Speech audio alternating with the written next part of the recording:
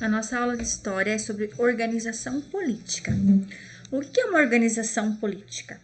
Nós vamos, a proposta de estudo é a gente começar desde os homens primórdios, né? Como que viviam os primeiros seres humanos em grupos, né? Depois em tribos. Só que a forma como eles viviam também exigia uma organização social, embora simples, mas tinha que ter. Vamos pegar os índios. Tinha o cacique, né, que era o líder do grupo, o mais valente, que defendia, o caçador, né, o que dava castigos quando necessário, né, distribuía os trabalhos. O pajé era uma pessoa muito importante e também dava remédio, cuidava dos doentes, cuidava do espírito, do corpo das pessoas que moravam naquele grupo, tá, social. A mesma coisa com os outros grupos humanos que viveram, né, todos eles pertenciam a um grupo e tinham que ter uma organização social. Vamos pegar a nossa casa, a forma da gente conviver, né? É um grupo, tem regras estabelecidas. Tem que tomar banho, tem que juntar roupa suja, pôr no cesto, não pode jogar roupa molhada em cima da cama, né? Tem que juntar os calçados e lavar. Eu acho que a mãe estabelece regras dessa maneira para vocês, né? Cada um tem uma função dentro da casa para que haja o quê? Uma organização social, né, e o comportamento de cada indivíduo possa estabelecer boa convivência no grupo, né? Limites, regras para ter uma boa convivência, tá? Então, nós temos aqui um texto de organização política. Os primeiros seres humanos sempre viveram em grupos desde os primeiros tempos da história. Esses grupos eram formados por várias famílias que viviam em comunidades. Na divisão do trabalho para sobrevivências, os homens caçavam, construíam habitações, guerreavam.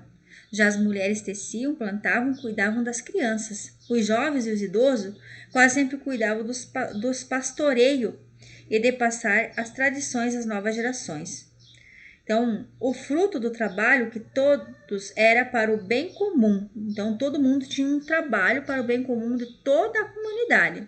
Homens caçavam, né? Construíam habitações, trabalhavam para a sobrevivência. Mulheres plantavam, cuidavam dos bebês, né? Os idosos, jovens, rebanhavam animais, já domesticavam animais, né? Tudo para o bem comum da sociedade. Nesse tempo ainda o homem vivia em comunidade. O que um fazia era para todos, né? Não era essa coisa individual que depois do nomadismo, né? Quando deixou de ser nômade, ele passou a ser do sedentarismo, ele passou a ser de moradias fixas, né?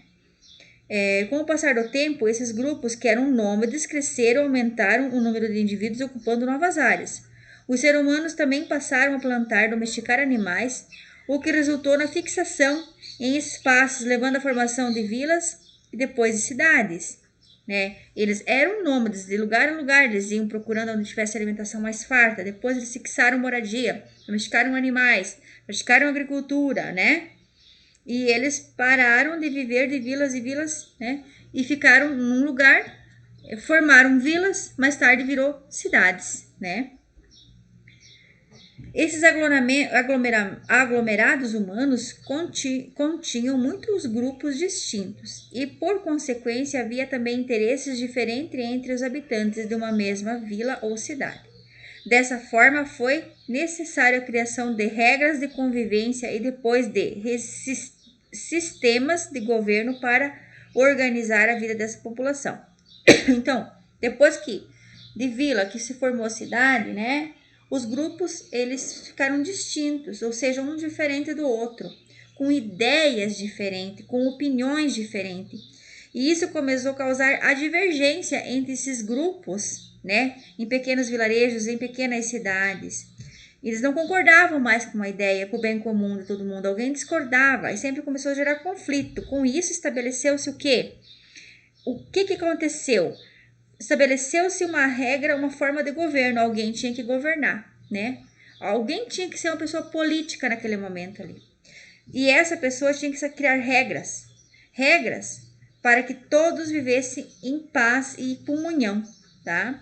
A regra vem para isso, para uma convivência melhor, um sistema de governo, um sistema de organizar a população, tá? Aqui na página 162 da apostila vai ter um outro texto que vai falar sobre governo. o que é um governo, mas primeiro eu vou explicar mais um pouquinho para vocês. Para que vocês compreendam o real sentido da cidadania, nós vamos ver o que significa cidadão político, tá? O que é político e cidadão. Mas a professora não está falando de político, de política, de ser um vereador, um prefeito. Político de ser um cidadão atuante na sociedade, tá? Então, nós vamos entender aqui. Político, ele vem de polis, cidade em grego. Termo que significa participação, direitos e deveres. Eu, como cidadã política, ou político, cidadão político, eu tenho direitos e deveres. Direitos meus garantidos. Eu tenho o direito de ir, por exemplo, de ter serviço de saúde pública. Mas eu tenho o dever de esperar a minha vez na fila. Eu não posso pular a fila e dizer eu sou a primeira.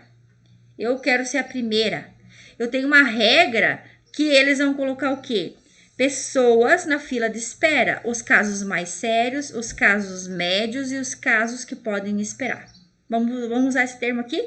Vamos pegar uma ficha vermelha, que é a pessoa que é de urgência, ficha laranja para quem pode esperar, e a verde para quem pode esperar mais ainda, que o caso é bem mais simples, né? Então vai ser atendido primeiro quem? Os da ficha vermelha, depois os da ficha laranja, que já está alerta, e depois os da ficha verde, que são os mais calmos. Quando a gente vai consultar com médicos especialistas, a gente fica numa fila. É o meu direito? Tenho direito? Sim, mas tenho os meus deveres, que eu vou ir quando eu tenho que respeitar. Eu não posso pular a vez, fazer bronca, fazer guerra. Direitos e deveres na escola. Eu tenho direitos e deveres na escola? Sim.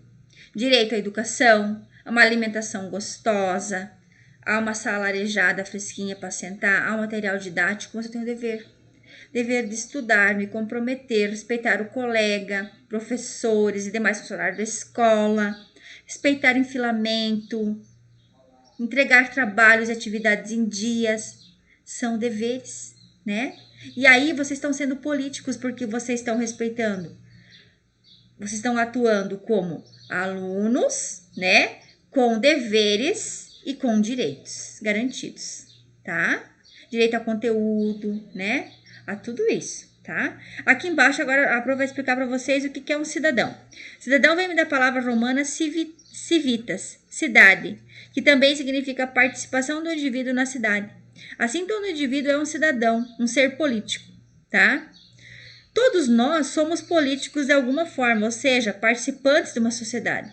Não confundir o termo político com o sentido ocupante público. Por exemplo, por via de eleição. O político é um vereador, um prefeito. Não, nós estamos falando de atuação política. Eu sou um ser político porque eu tenho direitos e deveres na minha sociedade. Que direitos que eu tenho aqui na minha cidade? Eu tenho o direito de usufruir de praças públicas, né?